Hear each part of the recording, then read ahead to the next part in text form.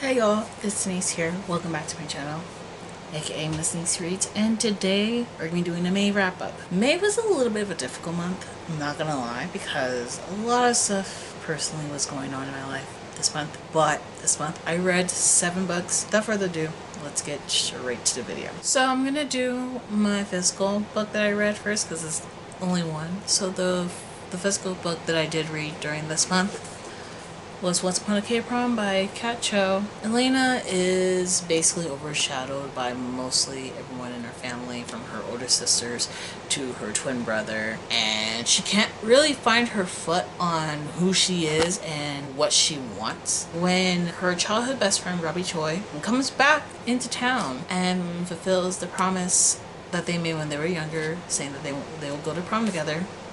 She's pretty much confused because Robbie is a K-pop idol in like the biggest boy group, WDB. So you really get to see them reconnecting again for the first time in several years, and as well with seeing the history that they have together, and as well both of their personal struggles. I wasn't the biggest fan of Elena whatsoever. However, I did enjoy the friendship between Elena, Josie, Max, but also Elena and Soohyun. I loved it. I absolutely ate that up. Completely. Really loved seeing their connections. It was really nice. And just the roller coaster that goes in within this book. I rated it a 4.5, only because for me, it's a personal thing. It's just a little bit of like the miscommunication, because there was a lot of things that could have been told, but there are some things I do understand it can't be really necessarily told, because being in Robbie's position, you can only do so much, and especially being within the industry. That's something I also liked seeing in the book too. A little bit of the ins and outs, and Robbie making so many sacrifices. So I really loved seeing that. And the ending was adorable. I did tear up. Yeah, I really enjoyed reading this. This was a 4.5 stars for me. One of my favorites actually this year. And then the rest of the books that I'll be talking about will be through Kindle, NetGalley, you name it. So the next book that I read was To the Man I Love Too Much by Gabrielle G. And this is like a collection of poetry where heartbreak is the center focus and the center message of a lot of things, and especially with heartbreaks that we all tend to go through. There were some poems that I really enjoyed. However, I just wish there was more exploration, and as well with going in a little bit more deeper with like some of the topics, because there were a lot of the topics that could have just pushed a little bit more.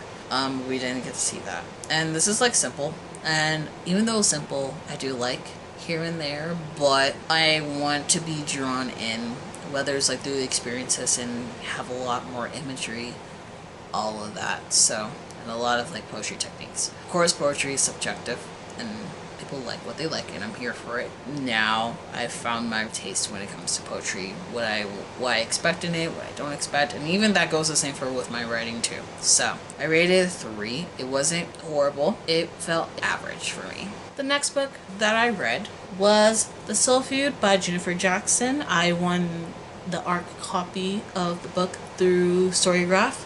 The book comes out on June 27th, so it comes out next month. And this is about Raven trying to keep the legacy of her grandparents' restaurant open, and there's a new restaurant that they'll be opening next. The owner of that restaurant and her, his name is Patrick, they don't get along. I think this is actually a true enemies to lovers that I've read in a very long time, because I felt that tension throughout the book.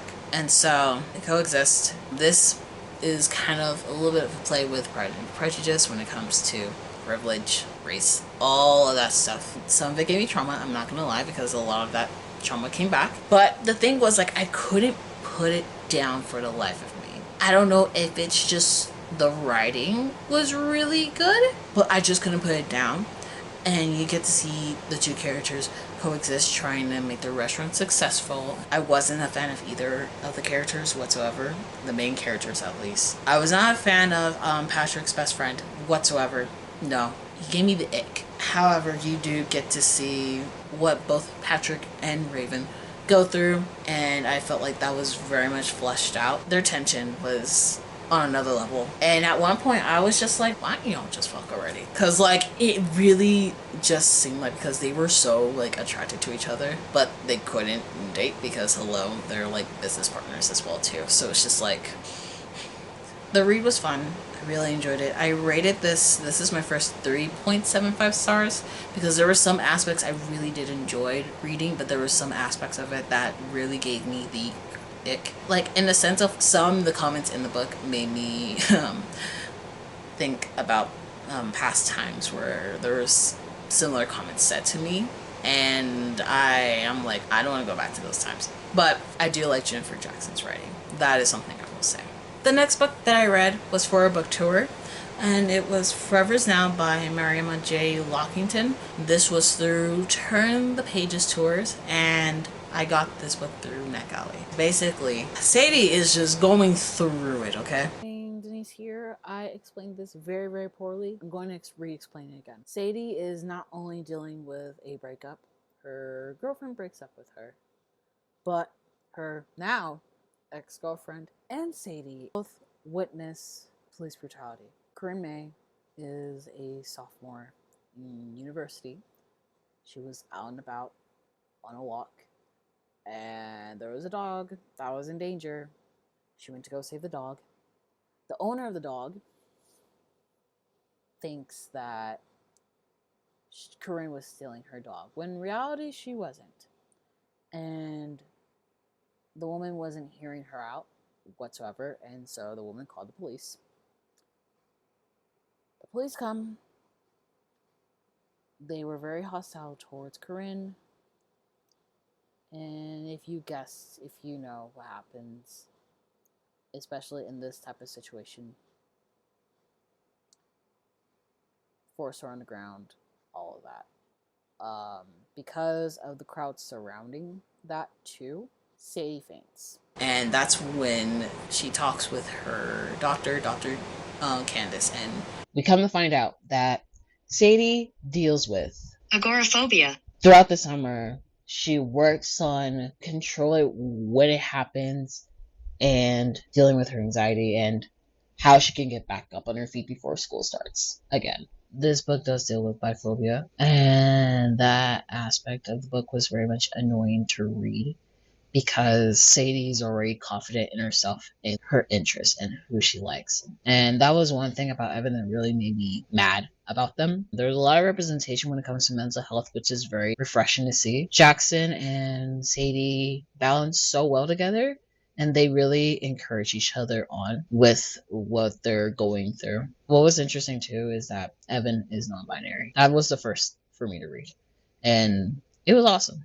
I like seeing that representation. Every single character in this book is flawed, and I appreciate that very much, because there were very many moments where I got very angry with quite a bit of the characters. And there were some aspects of it I did relate to when it comes to just kind of expressing what you're feeling and just thinking that it's not heard. It's a novel in verse, and the writing is beautiful, and I also really love how Sadie would write her poems and do a spoken word through Ruckus Life, basically kind of like Instagram Live. So I really enjoyed seeing that aspect, and then seeing Sadie and her friends setting up this spoken word for what happened. I really enjoy this story a lot. I'm planning on getting a physical copy of it, because those poems were magnificent in the way that Lockington writes these emotions. I'm not gonna lie, I was very much cheering up as well.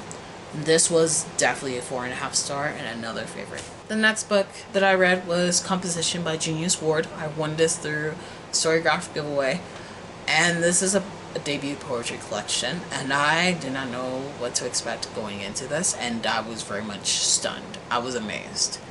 This dives deep into the formation of self, and you see so many records, you see so many like photographs, so many different things compiled into this collection, and on top of that you get to see so many poetic forms and like techniques being used in this collection. It felt very refreshing. Like, I had to go back to a majority of those poems to reread them so many times so I can figure out, alright, not only what is it saying, but as well with there were certain things that stood out to me or popped my attention. And so I literally went underlining, writing in crazy. I went go crazy, go stupid. This was a 5-star read because I haven't seen something like this before. And it felt refreshing, and I felt like this was something I needed to get back into poetry, because let's be real here, some of these poetry collections, not all of them obviously, but some poetry collections have been feeling pretty mid for me. Or like, what is this? So it felt nice, you know, reading something like this again and sparking my interest again when it comes to poetry. This was 5 stars. 10 out of 10. I loved it. The next book is Someone Somewhere Maybe by Sophie Diener. This was through NetGalley. This poetry collection, a debut poetry collection at that, takes you into like a journey of love and like the first love, heartbreak, lost, identity, and self-worth. And with this collection, I really liked this collection quite a bit. There was a few poems that could have been explored a little bit more, but other than that, it was very much enjoyable. I gained a lot of inspiration when it comes to like, you know, writing my own poems based on like experiences that I've had with heartbreak, but also in the sense of like writing in the sense of that subject too. So this one, I think I rated this a 4 star. Yeah, I rated it 4 stars. It's not bad for a debut collection, genuinely.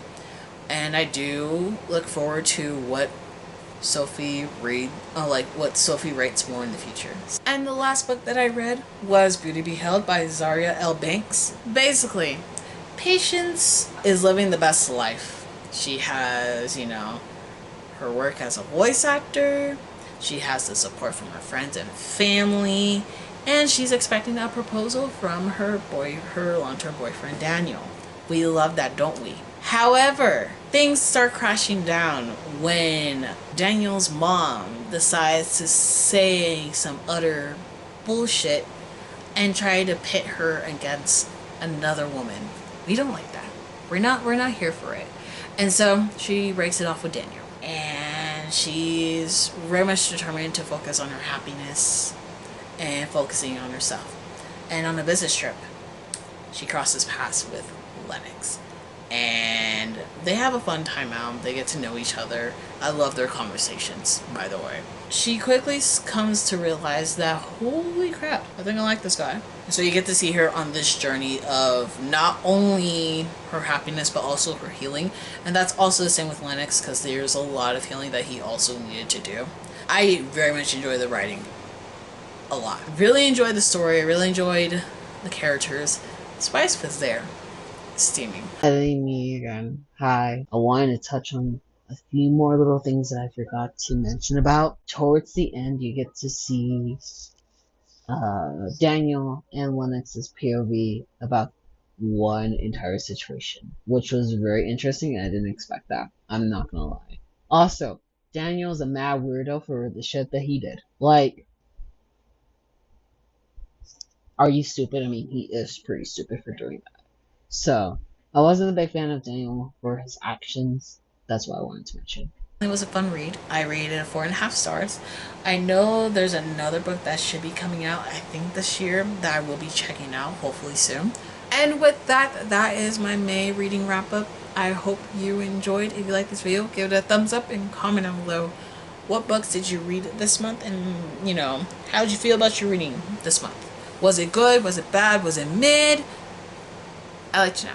Make sure you follow all my social media. All of that will be in the description below. I also made a book/writing Twitter. That will be in the description below if you want to follow.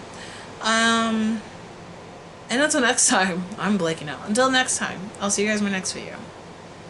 Bye.